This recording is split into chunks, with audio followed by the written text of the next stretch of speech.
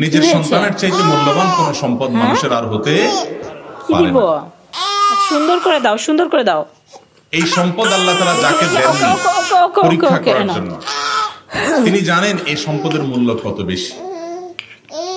যাকে আল্লাহ তাআলা কোনো সন্তান দেননি, নিঃসন্তান রেখেছেন, সে আল্লাহর বান্দা জানেন যে এই নিঃসন্তান হওয়ার কষ্ট নাও। বেদনা কত মারাত্মক, কত বেশি।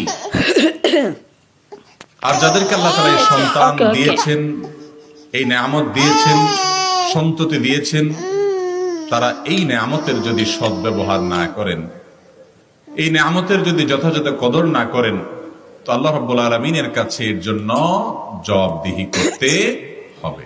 কি করছো? আমরা আমাদের দেশে সাধারণত একমুখী ওয়াজ শুনে অভ্যস্ত, আর সেটা হলো বাবা মায়ের অধিকার, বাবা মায়ের কি করছো? হক